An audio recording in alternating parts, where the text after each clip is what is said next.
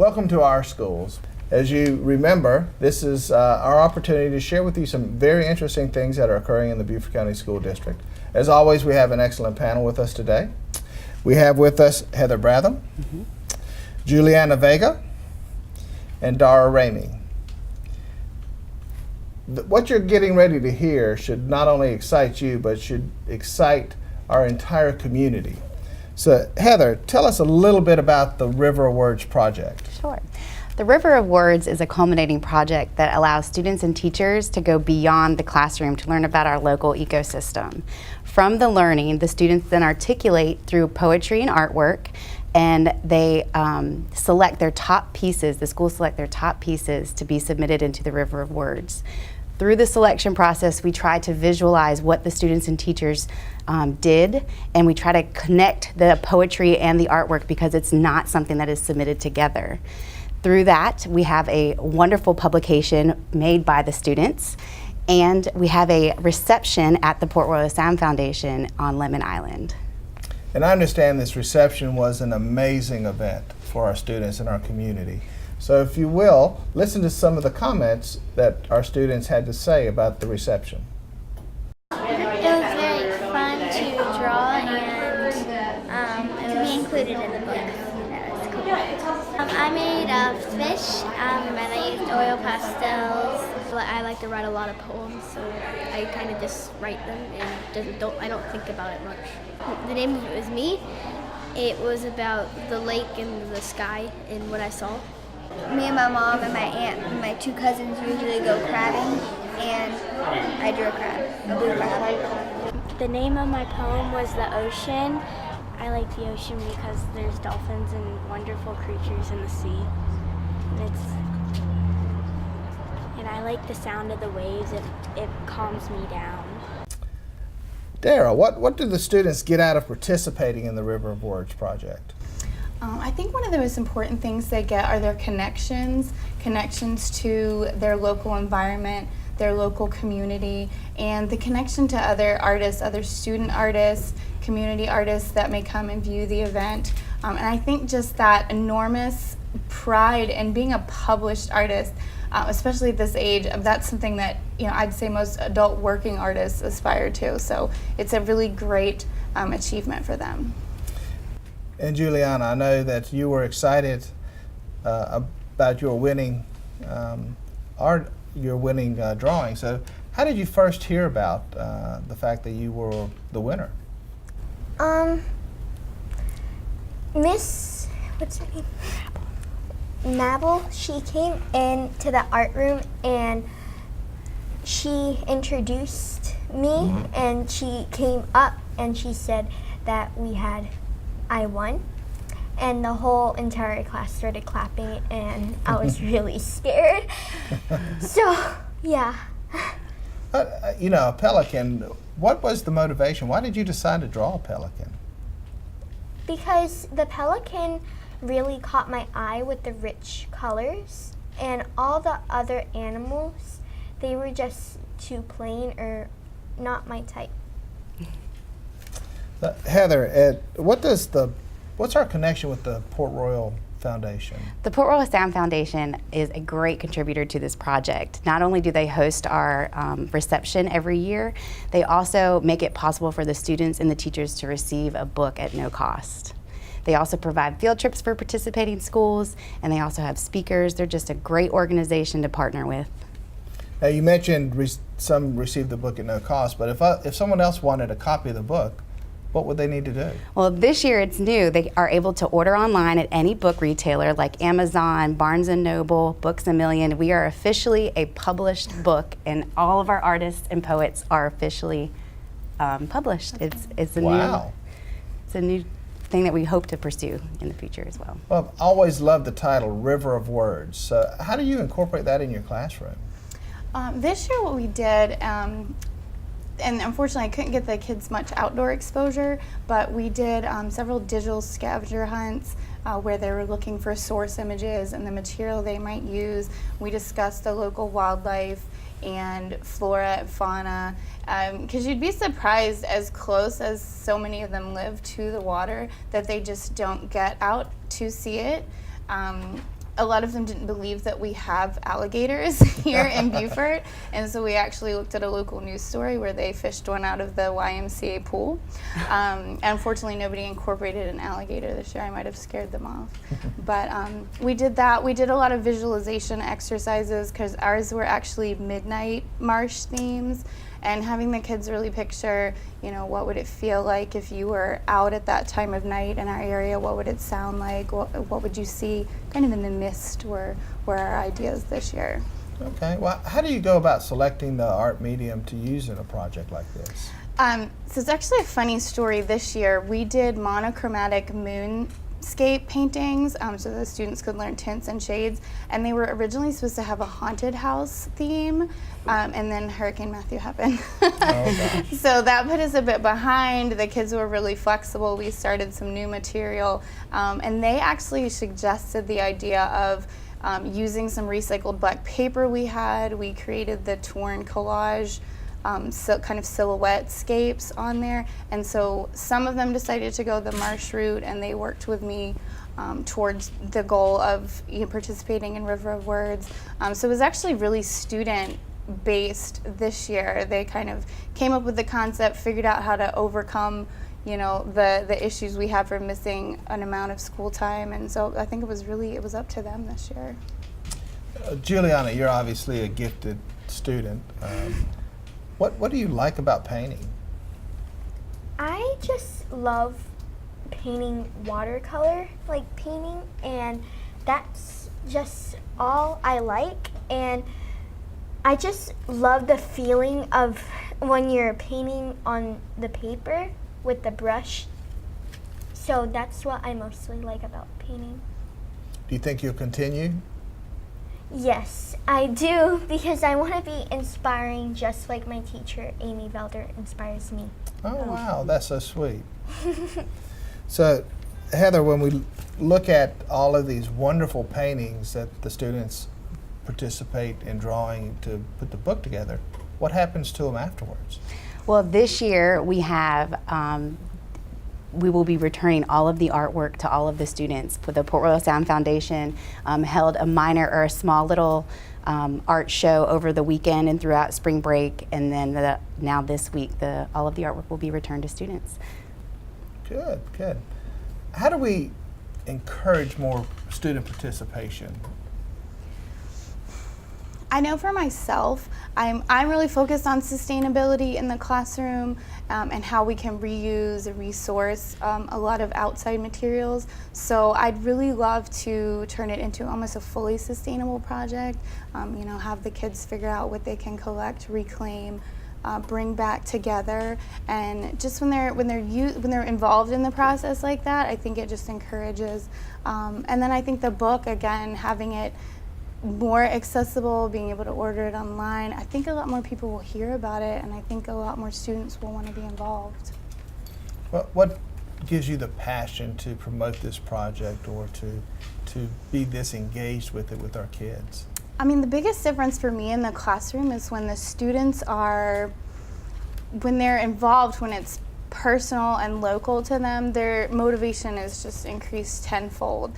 It brings in, you know, so many more reasons for them to produce what they're producing. And like I said, just again, that sense of accomplishment that they get, their success is my success. So there's really no bigger reason, you know, than them being able to share their artwork with the community. Heather, you've been involved with this for a while. The progression, do you see our students getting more engaged and the quality of work? What does the quality of the work look like? Definitely. We have actually gone from a very low number of schools participating to over half of our schools participating in the River of Words. The artwork, we get so many great pieces. It is so difficult to actually select the pieces, which is why we try to capture and connect the poetry and the artwork prior to giving it to our graphic artists to ensure that we're getting the vision of what the students and the teachers learned. And as a classroom teacher, the progression from the student when they might start off at the very beginning of the year to the end of the year, what do you see and what do you think keeps them motivated into to staying focused on that artistic ability? You know, I think they can just really see that growth. And again, it's making the choices because really, at least in my classroom, I know by the later parts of the year, they're a lot more independent. We've worked on collecting those source images. They kind of know how to almost plan a project from start to finish by the time that they're done with me. So again, that just gets them more personally invested. You're not sitting it down in front of them and saying, you know, this is what we're gonna make, this is how we're gonna make it. You just really involve them in the decision-making process. And Juliana, what would you tell other students if you were having to convince them to participate next year? What would be the selling point? I would tell them to not give up even though you mess up in one little thing, and to always follow your heart. That's great advice, not only for someone that's writing poetry or doing art. It's great advice for life. Mm-hmm. What can we tell our teachers to maybe motivate them? I understand about half of our schools participate. Mm-hmm. So what can we do to generate that interest level with our classroom teachers so they know it's not just another add-on thing? Mm-hmm.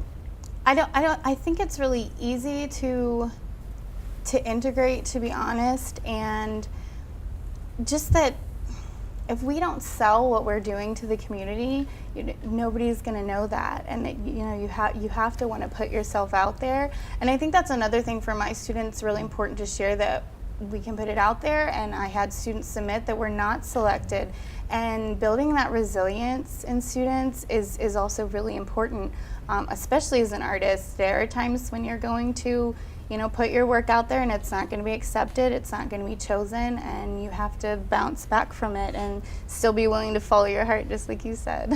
I think that's a great piece of advice, because not all of your works of art are going to be something you could put on the main stage, right? Mm-hmm. Right. So that's also a life lesson. Have we ever thought about taking these works of art and maybe auctioning them off for students? Well, in prior years, we would sell the pieces for $25, and this year, with our partnership with the Port Royal Sound Foundation, we made it possible to give the students back their artwork. Okay. So it's something we can definitely think about again. But so not only were they published in the past, mm-hmm. they were a paid artist. Mm-hmm. That's true. Yeah. What do you think, Juliana? Could you use some money for your drawing, or would you rather keep it? Your painting? I would rather keep it to make good memories. I would agree.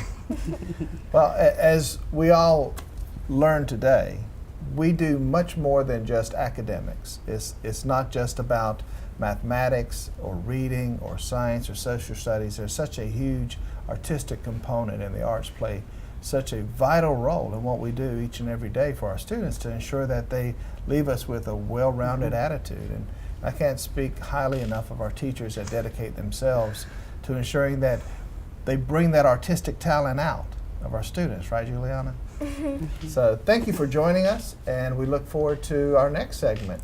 And hopefully you will purchase one of our River of Words books at one of the various locations and support our students to continue to follow their heart.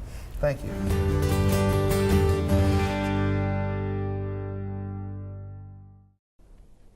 Getting the flu is not fun for anyone. Flu prevention and response is as easy as 1, 2, 3. Some ways you could practice prevention is by 1, washing your hands and keeping your home clean. 2, keeping your immune system strong by eating healthy and being active. And 3, staying away from people who are sick. Now, if you do get the flu or get sick, then 1, go to the doctor. 2, stay home from school or work. And 3, stay hydrated to strengthen your body to fight the virus. So remember, flu prevention and response is as easy as that. 1, 2, 3.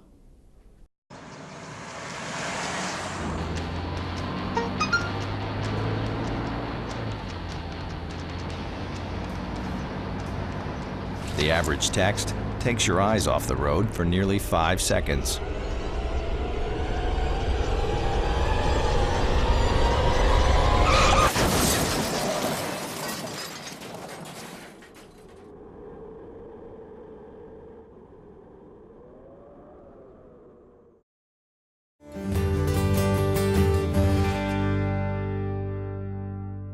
Welcome back to our schools. This panel is an even more exciting panel than some we've had in the past because it's a population of our student body that sometimes gets forgotten. And we're talking about the Special Olympics. With us is Dr. Gregory McCord, Mr. Herbert Glaze, and Miss Okatie Kramer. So Kathy, let me start with you. For our viewers who may not be familiar, tell us a little bit about Special Olympics and what it does for our students. Well, Special Olympics, it is the largest sports organization in the world. There's 50 million children and adults with intellectual disabilities that are served through this. There's year-round training and competition. And I'm always amazed at the excitement of our students when they compete, especially when they all start out with the pledge. Absolutely. With their Olympic pledge that That's they made. right. And I saw you at the bowling tournament. And the pledge is, let me win, but if I cannot win, let me be brave in the attempt. And I think that is a life lesson for all of us. Absolutely. Now, Dr. McCord, you've been instrumental in expanding our Special Olympics program all across our county. What have you accomplished within our Beaufort County School District in the area of Special Olympics? Well, first let me start by saying I've been successful only because of people like Okatie Kramer and all of those that are associated with Special Olympics and unified sports. I met Kathy about 4 years ago, and somehow during our conversation I just knew she was someone I couldn't say no to. And so everything she asked me to do, I said I would do it or at least be brave enough in the attempt to try. And we've been very fortunate here in Beaufort County, of course, with the help of the superintendent, you, our board, and allowing us to provide or set aside monies that have been instrumental in providing transportation for our student athletes, as well as the student body in Beaufort County. They have been great in their receptiveness and openness to wanting to be a part of unified sports. So it's been a collaboration of efforts. It's not just me, it's we, and it's us, and I'm very proud to be a part of it. And I'm also honored to be on the panel with Herbert Glaze, who is considered to be the godfather of girls track and field in the state of South Carolina, and he's had many, many individual champions as well as state champions. Yes. So congratulations on those things you've accomplished. But what is it about Special Olympics that appeals to you? Special Olympics appeal to me in that, students that may not have the abilities as other students are able to participate to that particular level. I think, they too are motivated and want to do something as well. And on yesterday, for example, we had what we call the Tri-County Championship, which includes Carleton County, Hampton County, Beaufort County. And when we were informed by, Dr. McCord to work on this, and it was very interesting because it's something that was dear to my heart. And we infused into that meet yesterday, allow about 12, 15 kids to compete in the 40 meters. And it was announced, we called their names, and it just was stimulating. And the crowd stood up. And as they got down and they fired the gun, they started running. And you could see the joy and the happiness within them. And the crowd cheered them on. So I think that was a magnificent moment. And really it's a moment that from that point on, I thought about it and I said, well, we have that this year, but what's the possibility of infusing that and incorporating that into the Beaufort Track Classic, where we can say to the other schools throughout the state that this is what we have, and you can bring your kids and really design a time, that they may participate. But I think yesterday was exciting, thrilling, and really enjoyed it, and to see those kids participate. And after they finished competing, they all were giving their medals. And again, that was another magnificent moment. I bet so. And I know probably warmed not only their heart, but the hearts of those that were in the stands. Oh yes, they stood up the entire time. Kathy, Project Unify is a step forward, so tell us exactly what that is. Well, first of all, we have to show off a little bit. Okay. Okay. So Beaufort County is the first county to make Special Olympics a school sport. All right. And I don't think a lot of people know that and understand that we're really at the beginning of the process. We really have done a great job getting people involved with Project Unified with Mr. McCord. We have 18 schools that for the last 5 years have gotten grants to make Project Unified happen within their schools. And what it is we want typical and people with intellectual disabilities to be on the same playing field, to be on the same teams. And what happens is that facilitates friendship and it facilitates understanding. That's amazing. So, Mr. Glaze, when you think about that, what's that benefit to our athletes as well as our Special Olympians? It benefit our athletes to let them see, like for example at Beaufort High, you know, we have a cohesive group with the student body, with the kids in Special Olympics. They always gravitate to them anyway, and they are always willing to assist and help in any way they can. So I think that in doing this would be a great advantage to the school and also to the kids, because like you said, it affords them the opportunity to be able to participate at their particular level. And Dr. McCord, I know that you've worked to try to make Special Olympics a school sport. So how does that work, and what progress are you making throughout the district? Well, right now, as Mr. Glaze mentioned a moment ago, we spoke with our athletic directors and brought the idea to them that this is something that we wanted to pursue from a district level outside of the district and make it statewide. They all jumped at the opportunity, and we are pursuing it now with the South Carolina High School League with the help of the Special Olympics Board located in Columbia, South Carolina. So we're looking forward to some encouraging talks to begin sometime in the immediate future to see if we can't have this as ordained as a part of the South Carolina High School League. So as Mr. Glaze said a moment ago, and also Kathy, these are very exciting times, and we're happy always to be pioneers in something that we think and believe to be worthwhile. Mm-hmm. To have it recognized as a state sport, what do you think that would mean to our students?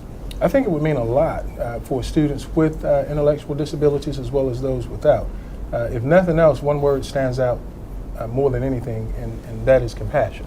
As you know, in our world today, if we can teach kids to be compassionate early on, we can eradicate some of those ills that plague us now, such as bullying, such as taunting, such as misunderstanding and miscommunication. So again, this is exciting, not just for Beaufort County, but for the state of South Carolina, and we're happy to be on board. Kathy, as our students compete and participate locally, are there other, can they go beyond a local competition? Special and what Olympics would that is look international. like? It's international. So you have 4 students from Beaufort County that have gone to World Games, 2 equestrian, Greece 6 years ago, and one of our young gentlemen, Rashawn Young, was the captain of the USA team. Wow. And then 2 years ago, you had 2, a tennis player and an equestrian, also go to LA to World Games. But the thing that sticks out the most is that every one of those athletes who graduated from Beaufort County schools and went to World Games, they all have full-time jobs. Oh, that is truly amazing. Mm-hmm. And a wonderful testament to the competition and what is occurring from an educational perspective. Absolutely. So when Mr. Glaze, yesterday, weather was a little shaky. Right. But I know it probably didn't stop the crowd. Didn't stop the crowd, and they were there, and we had more or less announced it throughout the school to let them know what was going to happen, and they were there. And the kids were there as well. So, and the kids get the feel for what a real track and field event is yes. like. Yes, yes. With the firing of the guns and right. the timing and everything else. Right, it does, and it allowed them that opportunity, and that's the main thing. They just want that chance, and I'm glad that we came up with it, and glad we involve ourselves in it, and hope that it will get bigger and bigger as we go on, because it's definitely a need for it. So as a coach, I know you work with your athletes year-round on technique and so forth. Do we have an opportunity to work with our Special Olympians as they prepare for this event? Absolutely. It's year-round training and competition. And tomorrow at May River High School, we're having the Special Olympic track and field event. 360 athletes from Beaufort County are going to be there, and we're going to have like about 600 volunteers, and half of them are unified partners from the schools. So from your school, a team will be coming, Yes. and all their unified partners are coming to cheer them on. Yeah. Yes. Dr. McCord, I know that that is part of what we attempt to do. We want regular students involved with all these activities, and they sort of buddy up and mentor and become a partner. Does that relationship last beyond the Special Olympic Day? Oh, definitely. What I've seen here in Beaufort County over the past few years is students reaching out, and as Mr. Glaze said, not only do they buddy up, but they pair up for the year. He mentioned that they gravitate towards one another. Students participate in other areas of athletics, whether it be basketball, baseball. They're part of teams, and being a part of something is something special. We also have the Cinderella Fellow Ball that we offer up once a year, and that's taking place on May 6th this year, and it's also an exciting time. More than 300 of our students with special needs attend, but what's significant is maybe 100 of those students are students without intellectual disabilities, and so they accompany them to the prom, and I think that's big in a sense. As I said a moment ago, we're teaching compassion early, and that gives us a step up as it relates to soft skills. And it's not just about the compassion, which is a very important part, but it's about that lifelong learning and ability, as you mentioned earlier, the number of our students that come back and are gainfully employed. Absolutely.